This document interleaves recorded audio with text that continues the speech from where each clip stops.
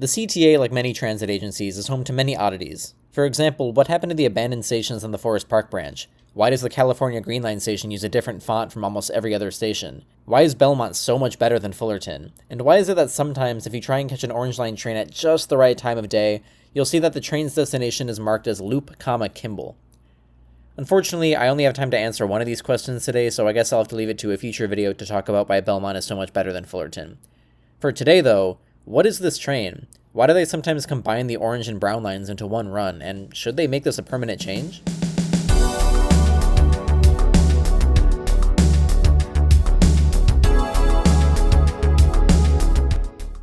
If you're a nerd when it comes to Chicago transit, which, if you clicked on this video, chances are you are, you may refer to this weird orange-brown offspring run as one of a couple things. The brownish, brownish line, or the tiger train. Presumably because tigers are orange and brown, but I did not have time to fact check this very important bit. Before we jump into logistics though, let's familiarize ourselves with the subjects at hand. This is Chicago's Orange Line, running from Midway Airport on the city's southwest side to the Loop. It sees quite good ridership, being the fourth busiest of Chicago's 8 train lines. If we zoom into Midway, you can see this, Midway Yard, home to all Orange Line trains while they wait to get put into service, but we'll come back to Midway Yard later. For now, let's move on to our other subject, the Brown Line. The Brown Line runs from Kimball Station on the north side in Albany Park to the Loop, where it runs elevated alongside other lines, including the Orange Line. The Brown Line is even busier than the Orange Line, being the city's third highest ridership line, only behind the Blue and Red lines. And once again, if we zoom in towards Kimball Station, we will see this, Kimball Yard. Now, compared to Midway Yard at the same scale, you can see that Midway Yard is quite a bit bigger than Kimball Yard. And combined with the fact that the Brown Line is both busier and takes longer time for trains to complete a full route, meaning that more trains are necessary to keep headways low, this could create somewhat of a capacity threshold on the Brown Line. But the CTA had a very creative solution to this problem. In the late 1990s and early 2000s, Brown Line ridership exploded, which then sparked the Brown Line Capacity Expansion Project from 2006 to 2009. This project totally rebuilt 16 Brown Line stations and ensured that all stations were now capable of accepting 8-car-long trains. In March 2008, the Brown Line saw its first ever 8-car train going into service. Due to this increased capacity in service, the CTA effectively maxed out the potential number of trains that could be pulled out of Kimball Yard, meaning that if the CTA wanted to increase capacity on the Brown Line any further, it would have one of two options: expand Kimball Yard or pull trains from another line. And expanding Kimball Yard was not going to happen. The train yard is already located in a very dense part of town with many houses, apartments, condos, and businesses nearby. Expanding the yard was just not going to happen.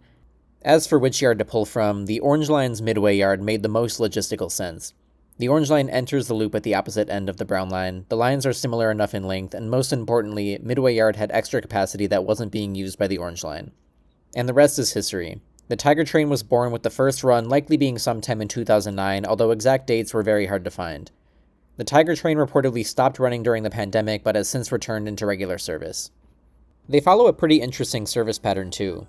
Zooming in on the Loop, we can see that Orange Line trains enter at the southeast corner, also called Tower 12, and travel around the Loop clockwise.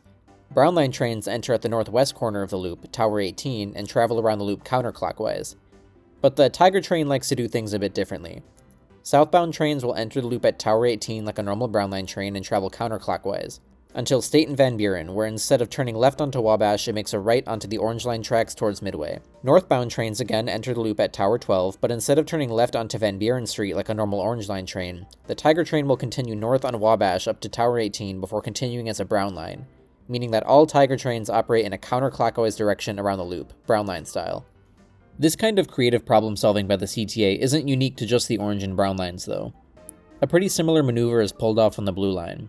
The Blue Line is the second most ridden line in Chicago after the Red Line, and while it is the longest line in the city in terms of length, the vast majority of ridership occurs between UIC Halsted and O'Hare, with ridership dropping off dramatically west of UIC Halsted. Because of this, the CTA does two things. One, many trains will only run the busiest part of the line, starting at O'Hare and turning around at UIC Halsted to increase capacity. But even this wasn't enough for the CTA, so sometimes during rush hour, they will pull a 5000 series train out of 54th Yard at the end of the Pink Line and bring it to UIC Halsted to start its journey as a Blue Line train. This is unique because other than this, 5000 series trains do not operate on the Blue Line at all, and also because this specific run only goes up to Jefferson Park Station instead of going all the way up to O'Hare. So back to the Tiger train. If the orange and brown lines are already so lovey-dovey that they share equipment, that begs the question, why not just combine them permanently? It's a known issue that the Chicago L is very hub and spoke, meaning that many trains just travel to the loop and then turn around.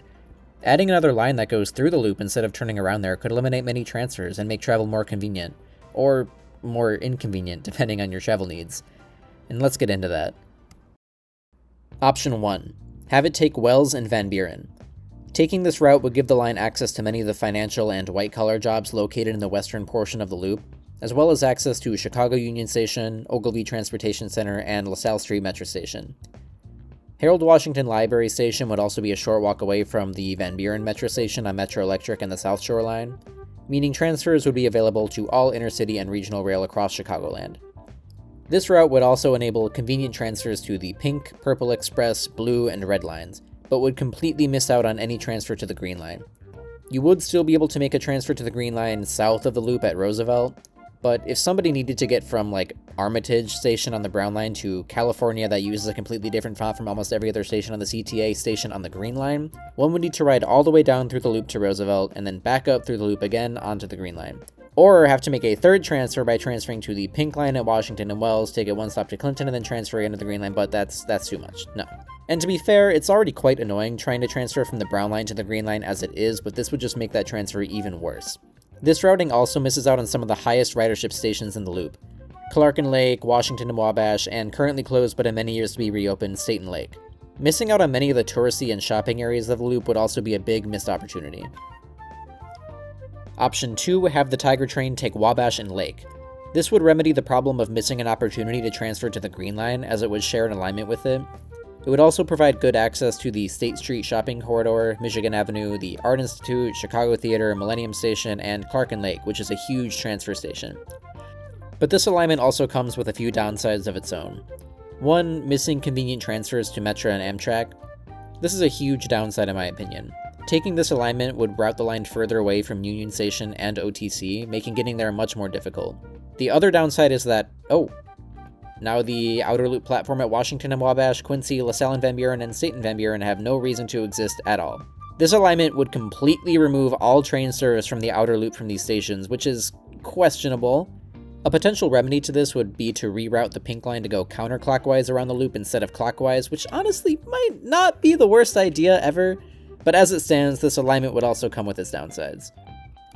The third option is to just leave it alone and have it do what it's been doing.